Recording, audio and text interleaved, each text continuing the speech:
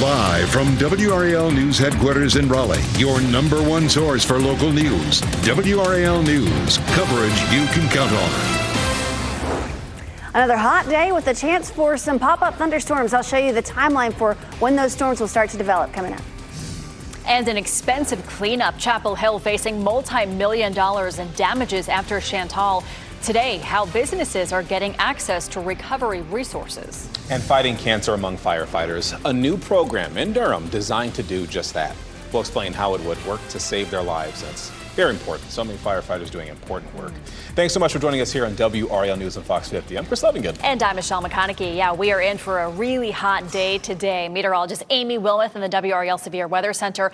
They're actually keeping these Wake County cooling centers open through Monday because of the heat. Mid-90s today, heat index up to about 103. It is definitely going to be hot. And once we get to the heat of the day, we'll see some storms. We don't have any right now. Radar is in the clear. But by the time we get to about 2 o'clock, some spotty storms develop on radar. A 40% chance during the evening commute. So scattered showers and storms with us again. Some of these storms could produce some gusty winds and also some brief heavy downpours. But no rain right now, just a little bit of cloud cover outside. It is definitely warm and muggy. 79 the current temperature in Raleigh. The dew point 73. So very sticky outside this morning, and temperatures will continue to climb. Highs will be in the mid-90s up to about 95 this afternoon. The heat index up to about 103. So just under heat advisory criteria. But coming up, I'll let you know when we could go under a heat advisory and when we could see additional flooding. Ken? All right, Amy, happening now in the WRAL traffic center. I want to isolate the Beltline and show you what's going on there because we're seeing congestion really building on the northern and southern loop of the Beltline. Particularly, you come off those I-87 lanes, you can see what I'm talking about. That southern loop there starting around Lake Wheeler Road. So let's go outside, show you, courtesy of our live cam network, this I-40 and Lake Wheeler Road. You can see the bumper traffic here. Similarly, that northern loop of the Beltline, I-440 and New Inn Avenue, you can see the bumper-to-bumper traffic as well. In terms of this being part of your morning commute, you're looking at a 9-minute delay. So definitely give yourself some extra time if you're about to head out this morning and that northern loop of the Beltline is part of your commute. Coming into the capital city in terms of major routes, you got a 7-minute delay on US 1 Capitol Boulevard, if you will, if you're coming in from Wake Forest. Just a 3-minute delay if you're coming in from Knightdale this morning. Over in Durham, very little to no delays heading into the Bowl City this morning. As we take a look at that map, just about a 4-minute delay if you're using I-40 westbound. You're getting ready to head out the door. Tune us in on the radio. We'll keep you updated. 101.5 HD3. All right, thank you, Ken. We are getting a clearer picture of the damage caused by Chantal and Chapel Hill. Take a look at this video here. New data released by the town shows there was $5.8 million in damage at parks and recreation facilities, $3.5 million in damage in housing, and $17 million in business damage. WRAL's Ali Calabar joins us live from Chapel Hill with more on new help available for affected businesses. Ali. Yes, and in just a few hours from 10 to 2, those businesses that are in need, they are going to be able to get some more support. And you can really see the magnitude of response here behind me at Eastgate. We've seen people taking plywood out of businesses as well as crews just showing up in the past few hours. Big response, and there's more help for businesses today. This video shows the damage the day after the flood. Innovate Carolina, a department with UNC, says 35 to 40 shops are just wiped out completely. That's why today it's hosting an event to help. There will be law firms, construction companies, and volunteer groups. They will offer several services. It's really an open house kind of thing where people can come in, they can walk from table to table learning about the resources that are available and really target specific areas. That was a director with the department, Cheryl Waddell. She says that the event is from 10 a.m. to 2 p.m. It's on East Rosemary Street. You can find all of the details for this event on WRAL.com. It's for businesses that want to help and those that need it. Reporting in Chapel Hill, Ali Calabar, WRAL News. Today, the Durham Fire Department is taking a step toward addressing an increased cancer risk among firefighters. And WRAL's Kelsey Coffey is live in Durham. Kelsey, firefighters are expected to have a better defense against these cancer-causing chemicals that they experience when on the job. Yes, Chris, and we just showed everyone in the last half hour the van that they will now be able to use as a space to change into clean gear after a fire. That van is held here at Station 9, but crews actually had to use that van about 10 minutes ago, so the van is now off-site. But changing into this clean gear is really critical in limiting their exposure to cancer-causing chemicals. Now, WRAL Investigates has covered for the past 7 years all of these issues, looking into cancer risk for firefighters. Cancer caused 66% of firefighter deaths from 2002 to 2019, according to the latest CDC data. Raleigh Fire added a new truck to their department last year, and it was also designed to limit crews' exposure. Durham Fire Chief Robert Zoldis says changing out of dirty gear can save lives. So you'll hear why coming up in the next half hour. If you want a full timeline of our coverage of cancer risk for firefighters, head to our website, WRAL.com. Kelsey Coffey, WRAL News, live in Durham. And Jeff Hogan back here in the WRAL Live Center. Right now, DMV woes continue. There are several offices right now that are having a problem with their internet. So those troubles are at driver's license offices in West Central North Carolina. So that could be part of the western edge of our viewing area there, and also in the northwestern part of the state. So they have an AT&T outage right there. AT&T is working to get those services fixed back up again right now. Driver's license offices, not just that, though. The license plate offices as well affected by this. So we're going to get that fixed. This is also in addition to what we have been reporting all morning long about the officers inside those offices not being able to accept credit card payments, just cash only. So we're working to see if that issue gets resolved today. All right, thank you, Jeff. The Chatham County Sheriff's Office is investigating a drowning at Harris Lake. It is the fourth drowning in the county since Chantal brought torrential rains to the area last week. Deputies were called out to the lake just before 5:30 yesterday. The man was brought to shore by friends who attempted CPR before emergency crews got there. He was pronounced dead at the scene. Deputies say he was fishing with his friends before getting into the water, where he began to struggle. WRAL has previously reported on 3 drowning deaths on Jordan Lake in the days following Chantal. Hillsborough town leaders now have an idea of the potential cost for Chantal recovery. Commissioners set aside more than $1 million to begin that process.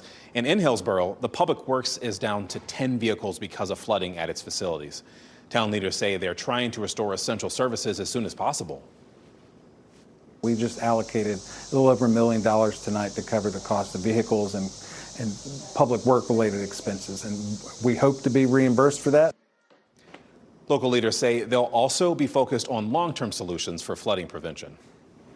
People in Sanford are working to clean up debris left behind after a severe thunderstorm that rolled through. Parts of Sanford saw heavy rain, lightning, and 60-mile-per-hour winds last night. The storm split trees and sent limbs right into cars. Some neighbors said it only lasted 5 minutes, but it came on really strong. They took cover and waited for it to subside. I saw that type of wind before. I thought it was a tornado, a hurricane. I didn't know what it really was. And the storm knocked out power to about 1,000 Duke Energy customers in Lee County. North Carolina Attorney General Jeff Jackson is suing FEMA, and that's because of the agency's decision to cancel $200 million in water, sewer, and flood protections. That includes services that Chantal recently overwhelmed. Jackson said, quote, "We know what it takes to rebuild from a disaster. This money helps us better prepare for future storms. FEMA was wrong to break the law and cancel this money," end quote. The canceled grants included a $7 million award to Hillsborough to relocate its pump station for a floodplain there. And the river pump station was taken offline just last week because of Chantal. And that prevented the town from being able to treat its wastewater. Happening tonight, religious leaders in Wake County will be hosting an interfaith prayer vigil for the victims of the deadly floods in Texas. Around 10 local clergies will be at the Islamic Center of Cary tonight on West Chatham Street for prayer and remembrance. The service will start at 6:30. Kerr County has been hit hard with ongoing floods that started during the July 4th weekend. At least 132 people were killed across the entire Texas Hill region. In less than an hour, Raleigh police will hold a news conference warning people about vehicle break-ins at houses of worship. Over the weekend, at least 5 locations were targeted across the city. In total, more than 30 vehicles were broken into. Surveillance cameras at Our Lady of Lourdes Catholic Church caught thieves in the action there. They were seen breaking into 6 vehicles right as Mass was letting out. And they managed to get away with $2,000 in cash and a handgun. I'm glad it wasn't worse, but that's 6 families that are, that were affected. But, I'm just concerned about just that brazenness of people targeting us. Raleigh police are encouraging people to avoid leaving valuables in their vehicles, and they also want you to report any suspicious activity. And this morning, Goldsboro Police Department asking for help finding the people accused of shooting 2 men last month. That shooting happened near the Cookout on Berkeley Boulevard about 1:30 in the morning on June 29th. It led to a crash in front of the Waffle House. Goldsboro police are asking anyone who was in that area at the time of the shooting or has video from the area to reach out to investigators. Rocky Mount PD is celebrating the retirement of Police Chief Robert Hassel, and the department is hosting a celebration at the Rocky Mount Event Center this afternoon. He's been the chief since May of 2021 and began his career in Kinston in 1995. Hassel is retiring from the department, but not leaving law enforcement entirely. He accepted the job as police chief at North Carolina A&T, and a search for a new chief is officially underway. Time now 8:11. Help during a crisis. Today, the 988 hotline stops offering services tailored to LGBTQ+ youth. How North Carolina leaders say they plan to step up. Plus, checking your registration. Tens of thousands of voters are being asked to confirm their identities. So we'll explain what happens if you don't do this. And already a very warm start to the day. 79 right now. We'll make our way up to 95. We do have the chance for storms again today. I'll show you that and let you know when the timeline for our best chance for storms is coming up.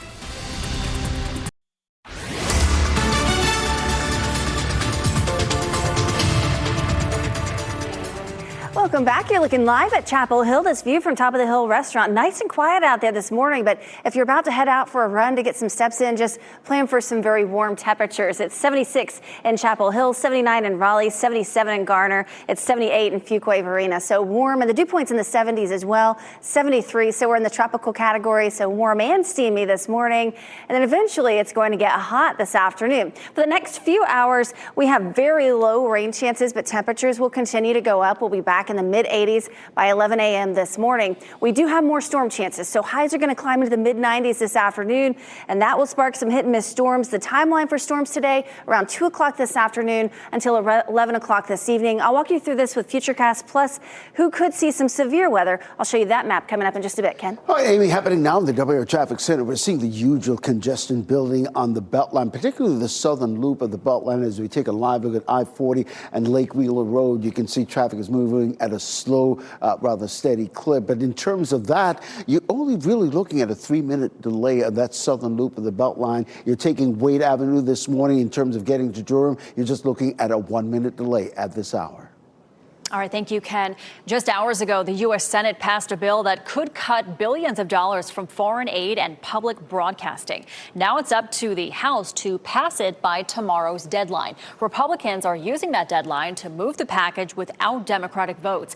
If the bill becomes law, foreign aid programs will lose $8 billion. The Corporation for Public Broadcasting stands to lose more than $1 billion, and that's the agency that funds NPR and PBS.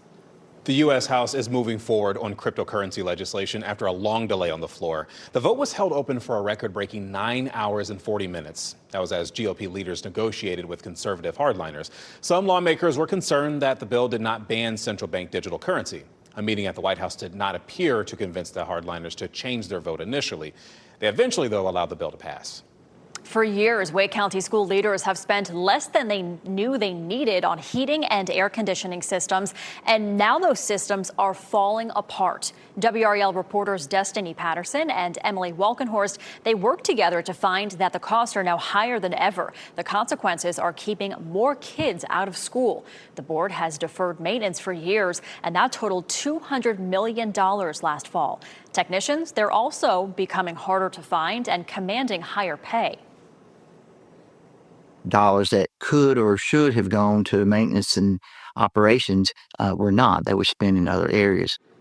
Tonight on WRAL News at 6, where district officials prioritize their money over the years and how the district is making progress to catch up now. Starting today, the 988 Suicide and Crisis Lifeline will no longer offer specialized support for LGBTQ plus youth. However, there will still be assistance for that community here in North Carolina. State Health and Human Services leaders say that callers will speak to general counselors trained to provide assistance. The state's Director of Mental Health Services says the loss of that specific hotline, it is concerning. Their concern is that it could possibly make young LGBTQ plus people feel more isolated and less likely to ask for help. So the continuation of empowering places, educated places, compassionate places, inclusive places is really important. Despite the ending of the federal funding, we're here. NCDHHS is also working to provide money to organizations that support the LGBTQ community. And if you or someone you know needs help, you can call or text 988 anytime. Digital court service eCourts goes online in 14 more counties next week. The counties in yellow are along the Tennessee and Virginia borders. The service launches Monday. The final 13 counties seen here in red, they join the service in October. The Trump administration is being accused of violating federal law, and that's according to a new lawsuit over its immigration policies. Civil rights groups are trying to put a stop to ICE arrests at courthouses. They say they're illegal. The White House rescinded guidelines limiting immigration enforcement at courthouses shortly after President Trump took office. And President Trump says it is highly unlikely that he will fire Federal Reserve Chair Jerome Powell, but he's not ruling it out. Trump confirmed that he asked lawmakers about the possibility of removing Powell. The president has criticized Powell over not lowering interest rates. Most recently, Trump went after Powell over his request for an expansive renovation plan at the Federal Reserve. Alaskans are breathing a sigh of relief after a 7.3 magnitude earthquake off the coast triggered a tsunami warning. That earthquake could be felt as far as Anchorage. It's about 600 miles away from the epicenter, and people near the coast were told to get to higher ground just to be cautious in that case. The tsunami warning was later canceled, and there are no immediate reports of damage. Today is a community day at the Museum of Life and Sciences in Durham. That means that Durham County residents can get in for free as long as they bring a proof of address. The museum hosts community days twice a month. Just a heads up, folks, Wake County cooling centers are open for anyone who needs to get out of the heat. WRAL meteorologists say that it could feel like it's well above 100 degrees for the next several days. And there are several sites that'll stay open through Monday. Hours vary by location. And if you want to find any of these cooling centers, go to WRAL.com.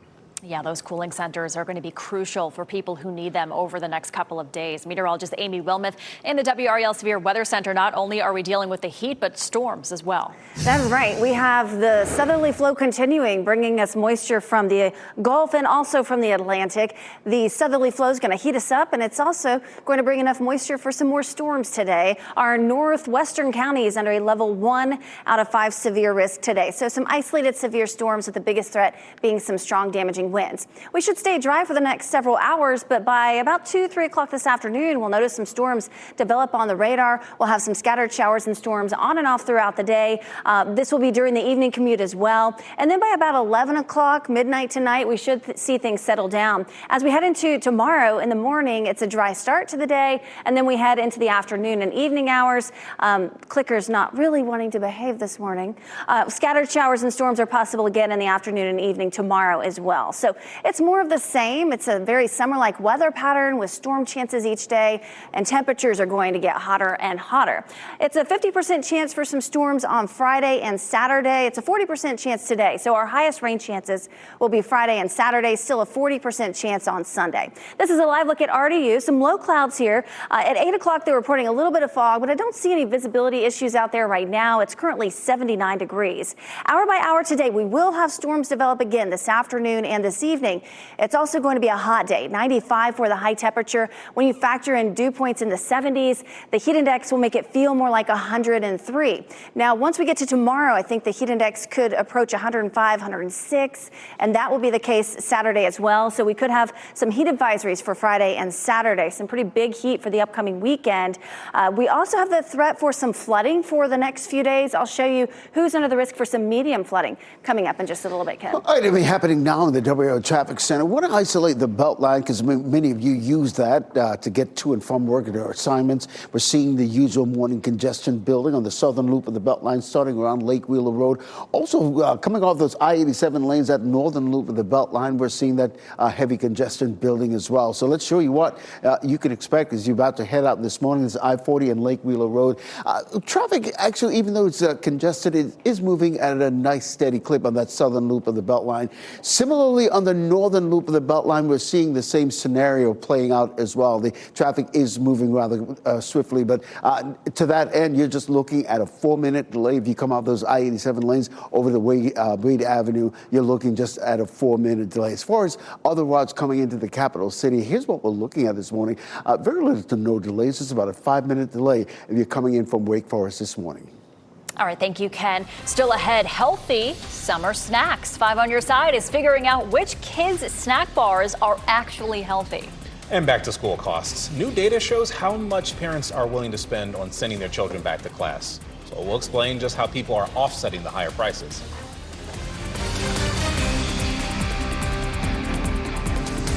As you get into your car, tune to WRAL News Plus on your radio. In Raleigh on 99.3 FM. In Durham, 96.5 FM. And everywhere on 101.5 HD3. Good morning and happy Thursday. Time now is 8:26. I'm Michelle McConaughey. We are in for a very hot day with some storms later. Meteorologist Amy Wilman has more. That's right. It's nice and dry right now, but very warm and muggy. But it's the best time to get in some golf because it's going to be very hot this afternoon, mid-90s, and we'll be dodging some storms. It's 79 in Raleigh, dew points in the 70s as well. So very warm and muggy out there, already 80 degrees in Rocky Mount and in South Hill, Virginia. Hour by hour today, temperatures will continue to climb, and then we'll start to see some storms starting around 2 o'clock this afternoon, and that will continue through the evening commute with a high temperature around 95. The heat index this afternoon gets up to about 103, Ken. Right, Amy, let's take a spin around the Beltline. Starting on the southern loop of the Beltline, you're looking at traffic moving at a slow, steady clip, albeit I-40 and Lake Wheeler Road. That northern loop of the Beltline, similarly, I-440 and New Bern Avenue. You can see the situation that we're seeing there if you're getting ready to head out this morning. Either way, you're looking at maybe a 3 to 5 minute delay. As we widen out the view, give you a live look at a live traffic map this morning. Just a little bit of congestion on I-540, but nothing really that's going to make you late for wherever you're headed. All right, thank you, Ken. This morning, Chapel Hill businesses hit hard by last week's flooding will get some one-on-one time with resources. Innovate Carolina Junction will open its doors off of Rosemary Street from 10 to 2. There will be law firms, construction companies, and volunteer groups there to offer services. And today, state elections officials are giving an update on the process to verify voter registration. Some North Carolina voters will receive letters in the coming weeks. They'll be asked to prove their identity. This is a step North Carolina elections officials are taking to resolve a lawsuit from the Trump administration. Next on Fox 50, the cost of school, new tariffs driving up prices, and what that means for students this fall. Shot in 4K ultra high definition. Your number one source for local news. WRAL News. Coverage you can count on. Millions of dollars in damage. We have got a breakdown of the $26 million repair bill for Chapel Hill after Chantal.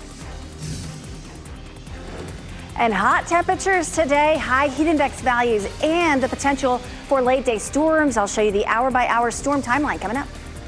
And safety shift. The Durham Fire Department making a change that could make a huge difference. The new unit protecting those who protect us. Thank you so much for sticking with us here on your Thursday. I'm Michelle McConaughey. I'm Chris Lemongood on a hot Thursday that we have there. I think that's the big concern weather-wise for our weather maker. And know also that, Amy, you're tracking the next chance for possibly seeing some storms. That's right. Very similar to yesterday. Yesterday we had some storms develop in the afternoon and evening hours. That will be the case again today. Right now we are in the clear. We do not have any rain in the area. So if you need to run some errands, do some things outdoors for the next few hours, you'll be A-OK. But by about 2 o'clock this afternoon, storms start to develop on the radar, and our highest storm chances are right during the evening commute. It's a 40% chance at 5, 6, and 7 o'clock this evening. And some of those storms could produce some very heavy rain and perhaps some gusty winds. We had some of that damage in Sanford, but the sun's shining on downtown Sanford right now. It is very warm and very steamy. It's already 80 in Rocky Mount, 80 in South Hill, 79 in Raleigh, 78 in Southern Pines. If you want to check out the sunflowers at Dix Park, just plan for the heat. Highs in the mid-90s, a heat index up to about 103, Ken. All right, Amy, traffic is definitely picking up around the Beltline, also at US 1 as well, coming in from Apex. We're looking at the usual morning congestion that we see, starting at Lake Wheeler Road and that southern loop of the Beltline. And also, when you come off those I-87 lanes to the northern loop of the Beltline, we're seeing that congestion as well. So let's take you outside and show you that southern loop of the Beltline, I-40 Lake Wheeler Road. Even though traffic has picked up, it's actually moving rather steadily and at a steady pace, which is really good news. And we're seeing a similar thing in the northern loop of the Beltline as we take a live look at I-440 and New Bern Avenue now. I know many of you use I-540 as an alternate route. We're seeing some delays there as well, just a 7-minute delay between Lewisburg Road and over to I-40. But once you get past Creedmoor Road, it's clear sailing all the way to I-40. So that's some good news for you to report. As far as other major routes coming into the capital city, I mentioned that situation down in Apex. You're looking at an 8-minute delay on those US 1 lanes, those northbound lanes. So keep that in mind if you're about to head out this morning. Just give yourself some extra time. If you're getting ready to head out, tune us in on the radio, 101.5 HD3. We're getting a clear picture of the damage from Chantal and Chapel Hill, and you can see here from Sky 5 what happened. The town released new data showing nearly $6 million in damage at parks and recreation facilities, $3.5 million in housing damage, plus $17 million in business damage. As WRAL's Ali Kadlabar explains, despite these big numbers, businesses are getting help. 10 to 2, those businesses will be able to get more support. Disaster recovery crews have already been here for more than a week here at Eastgate. Drone 5 video shows their efforts even earlier this morning. For businesses that need more help, Innovate Carolina, a department with UNC, is hosting a flood relief resource day. There will be law firms, construction companies, and volunteer groups. They will offer their services. Cheryl Waddell, a director with the department, says they want to connect volunteers with businesses that need it most. It's really an open house kind of thing where people can come in, they can walk from table to table learning about the resources that are available and really target specific areas. It's from 10 to 2. It's on Rosemary Street, and it's for businesses that want to offer their services as well as for businesses that need it. Reporting in Chapel Hill, Ali Kadlabar, WRAL News.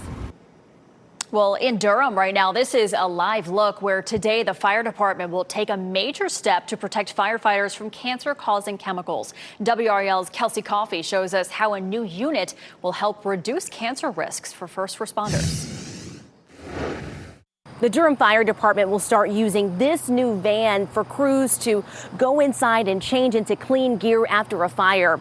You may be able to even see some of that clean gear there in the passenger seat, but changing into this clean gear is critical to limiting their exposure to cancer-causing chemicals. WRAL Investigates has spent the past 7 years looking into cancer risk for firefighters. Cancer caused 66% of firefighter deaths from 2002 to 2019, according to the latest CDC data. Raleigh Fire added a new truck to their department last year. It was also designed to limit crews exposure. Durham Fire Chief Robert Zoldis explains how changing out of dirty gear can save lives. This allows us to reduce one of the most sort of focus exposures they have, which is wearing the gear after the fire back to the station in a fire truck, which dirties the fire truck as well. If we can get rid of that one piece, we're going to be able to drop that exposure of our firefighters. If you want to check out a full timeline of our coverage of cancer risk for firefighters, head to our website, WRAL.com. Kelsey Coffey, WRAL News in Durham. More than 6 people are now charged in connection with a drive-by shooting in Creedmoor. That shooting happened Sunday afternoon at Harris Park and sent one person to the hospital. 25-year-old Wiggins Jocelyn is charged with felony accessory after the fact, and 19-year-old Demir White and 5 17-year-olds were charged with misdemeanors. Now, that's in addition to Monday's arrest of a 17-year-old. And the person shot has since been released from the hospital. Today, Cumberland County High School coach accused of contributing to the delinquency of a minor is expected in court. Luis Enrique Guillen was arrested on Wednesday. He is accused of encouraging a minor to be in a place where alcohol was provided. He was a volunteer coach at Cape Fear High School. He has since been fired. Guillen was arrested after the school district reported the concerns to authorities. UNC police are trying to find whoever broke into cars on campus yesterday. The break-ins happened between 1 and 2 p.m. outside the SCCU Family House and Friday Center Park and Ride lot. Anyone with information about the break-ins is asked to call police. Today, state elections officials are giving an update on the process to verify voter registration. Tens of thousands of North Carolina voters are expected to receive letters in the coming weeks. They'll be asked to prove that they are who they say they are. This is part of actions North Carolina elections officials are taking to resolve a lawsuit from the Trump administration that claims the state violated federal election rules. So far, there is no proof of voter fraud. The State Board of Elections will hold a news conference about its next steps this morning at 10 o'clock. And WRAL Capitol Bureau Chief Laura Leslie will be at this morning's news conference about the registration repair project. Tune into WRAL Evening News starting at 4 to hear Laura explain what you can expect if an election official reaches out to you. A former Johnston County School Board member convicted of extortion and obstruction of justice is out of prison. Ronald Johnson was found guilty in January, and he was sentenced to at least 6 months. That was something that ended yesterday, and he'll be on parole until next April. Johnson is also a former Smithfield police officer, and he lost his law enforcement certification during this process. Computer maker Lenovo is laying off 3% of its workforce. The company says it's part of a regular review of costs. Lenovo's U.S. headquarters is in Morrisville. The company had about 5,100 employees there as of 2023. Lenovo would not say how many people in North Carolina would be affected by these cuts. This morning, more North Carolina DMV locations are experiencing internet outages. The DMV says this outage affects locations in the west central and northwest parts of the state. Yesterday, DOT said all DMV offices were unable to process credit card transactions, and WRAL followed up and confirmed the State Department of Information Technology was working to fix this by this morning. So we're still trying to figure out when that fix will finally be in place. All offices are accepting cash as an alternative form of payment. 2 people are facing charges in Durham County after what deputies call an elaborate phone scam. Deputies say the 2 showed up at someone's home earlier this week. They claimed they had to move money to a Bitcoin ATM because their bank account was hacked. The person at the home called the sheriff's office. Crystal Brooks and Rajesh Rawat were arrested. They are charged with conspiracy and obtaining property by false pretenses.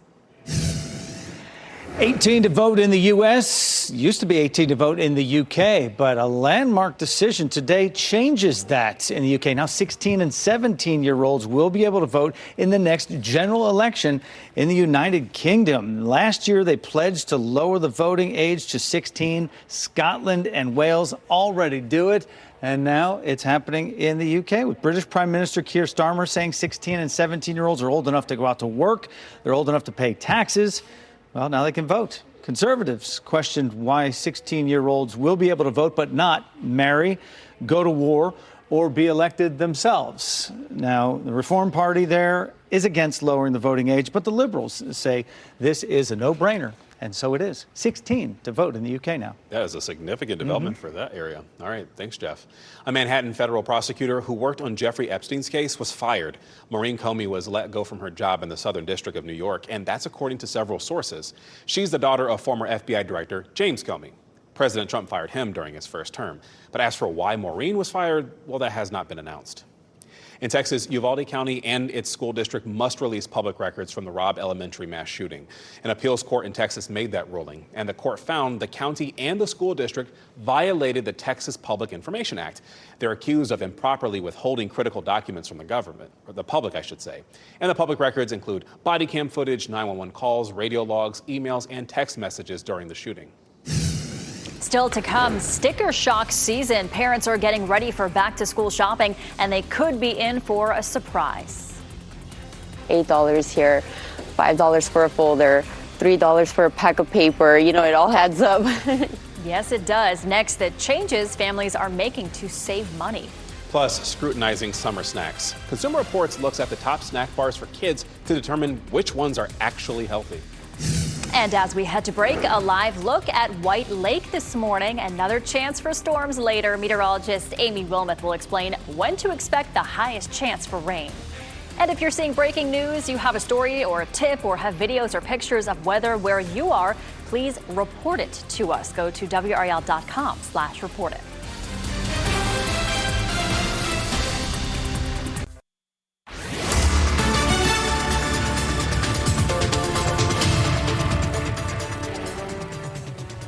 A hot day today. The temperature jumped up a degree out at RDU. Now 80 degrees, 95 for the high. So you might want to head to the pool today.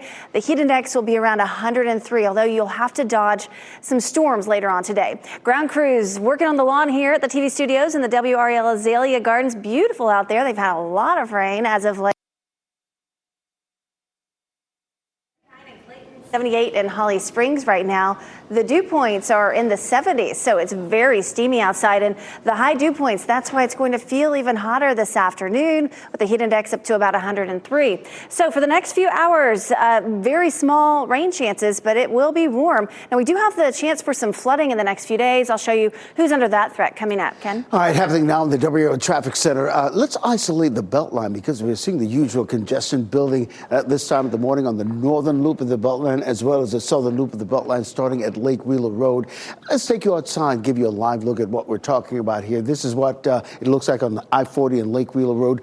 This was a crash that happened a little while ago that's off on the side of the road right now, not really impeding traffic in any way at this hour. And Jeff Hogan at the WRAL Live Center. Do you recognize this person right here? It's Connie Francis. She was a singer and actress in the 50s and 60s. She died at the age of 87 today. Just released information from her publicist. No further details were given about cause of death, but a pop star of the 50s and 60s with hits including Pretty Little Baby, which just came around trending on TikTok just recently. That's how her name had popped up. But she was a performer in the pre-Beatles era, and she spent a lot of time. She was rarely off the charts between 1957, 1964. There she is with Dick Clark right there. But she appealed to young people and adults. She had more than a dozen top 20 hits. Who's Sorry Now is one of them as well. This is a picture of her from just last month at her home in Parkland, Florida. Connie Francis, dead at 87. Oh, it's a big loss there. All right, thank you, Jeff. Well, with the kids home from school, you may find yourself handing them more snack bars for something quick to eat, something quick and easy, right? But how healthy are they? 5 on your sides, Keely Arthur has the truth behind these snack bars. Consumer Reports looked at 17 popular kid snacks to find out which ones are healthy and which ones just look like they are. Some were just okay, including Earth's Best Organic Sunny Days Strawberry Snack Bar. It had very few whole grains and a lot of added sugars. The first ingredient of Larabar Bake's Kids Chocolate Chip Cookie Bar is buckwheat, a whole grain. But of the 17 Consumer Reports tried, it's also the bar with the most added sugars. Ideally, you want to look for a bar that's made with oats or another whole grain and contains few processed ingredients. Like Sarabelli's Smart Bars Organic Sweet Potato Blueberry Banana or Junkless Chewy Chocolate Chip Granola Bar, which has a fairly simple ingredient list. And remember, you can always make your own snacks. There are tons of great recipes online, and that way you know exactly what's going into your child's food. Keely Arthur, 5 on your side. Look, Christy makes granola for our house. It's pretty cool. Some families are already planning how they'll save cash on back-to-school shopping. The National Retail Federation says families with K through 12 students will spend roughly $900 on average this year. A CNBC report says the average cost per child will hit about $570, and that number is $1,400 for college students. Yes, tariffs are one reason for this, but you also have to figure in lower-income families budgeting for cuts in food stamps and Medicaid, too. It's not stuff that you necessarily need a name brand for. You don't. A pencil is a pencil. We're trying to make sure that we're there for the customer that can't afford to go there and spend. According to CNBC, back to school supplies, I should say, will be more expensive than before the pandemic. Oh, a big night for an Olympic legend. And the new role for former Saturday Night Live comedian Chris, it's time for a look at what's trending. Well, that Olympic legend that we're talking about, Simone Biles, she had a big night at the ESPYs. She took home 2 awards, Best Championship Performance for her performance at the Paris Games, where she collected 3 gold medals and a silver. She also won Best Female Athlete. Well deserved. I can't think of, there are very few that can claim that title, and Simone Biles is at the top of that list. She's fun to watch, and She is. she's still on the fence, though, if she's going to appear in the 2028 Summer Games, though. So come on, Simone, you got it. Come on, we want to see you again. All right, now to an SNL alum, actor and comedian Pete Davidson. He's going to be a daddy. His girlfriend, Elsie Hewitt, made that announcement on Instagram and even included a picture of an ultrasound. The bundle of joy will be the first baby for both Davidson and Hewitt, and for years he has been saying he's wanted to be a dad for a long time. And now that dream is coming true. Yeah, good luck to them. All right, movie and streaming news right now, as David Daniel has today's Hollywood Minute. Wherever this blood leads.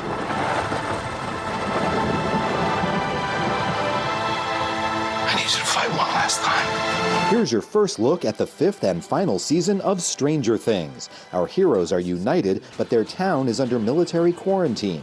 11 is in hiding, and the final battle is looming. Volume 1 of the final season debuts November 26th on Netflix, with Volume 2 on Christmas Day and the finale on New Year's Eve. Totoro? Is that what your name is? So you've seen him too. That's very interesting. My Neighbor Totoro is returning to theaters. The magical adventure from Oscar-winning director Hayao Miyazaki screens in Japanese with subtitles on July 21st and 22nd and dubbed in English on July 19th, 20th, and 23rd. Locations and showtimes at fathomentertainment.com. Crypto. Home. Take me home. Superman fans may be taking more dogs home because of the movie. The dog training app Woofs tells the Wrap Google searches for "Adopt a Dog Near Me" jumped more than 500% after the film's opening weekend. Good boy, Crypto. Good boy. In Hollywood, I'm David Daniel. Well, our wet weather pattern continues. It's been very wet for the entire summer, and unfortunately that continues. A 40% chance for storms today. Bump that up to a 50% chance Friday and Saturday. And looking at the rainfall over the last 7 days, we've had a lot, anywhere from around 2.5 to 5.5 inches of rain across the area just in the last week. And we're going to add to these totals in the coming days with those afternoon and evening storms.